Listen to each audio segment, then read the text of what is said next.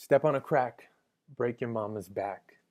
By the time I was 13, my mother had had 4 spinal surgeries and spent close to a year lying on her stomach. At that time, we lived in a small 1 bedroom apartment whereby my sister and I shared the 1 bedroom, and my pops had built this really dope Murphy bed in the living room that was diligently put up every single morning by my mother, but lately it just stayed down because, well, my mother was down. She fell off a horse, just like Christopher Reeves, and thanks to Christopher Reeves and his money towards spinal research, she can walk again. Right? She's been the first of 2 experimental spinal surgeries. Now, growing up in New York City, you should have seen me. I hopped and jumped and walked around this broken city.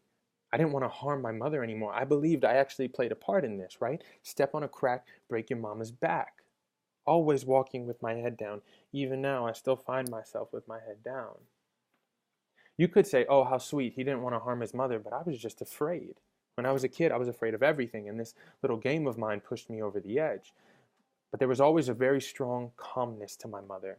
It was like an ocean was moving inside of her, but she was this unsinkable ship.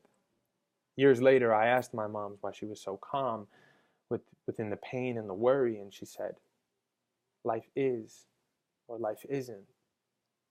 What is always is without the rush. So years later, whenever I feel panic and worry set on, I think of my mom's. Life is or life isn't. What is always is. Nothing but this. And I can breathe in that.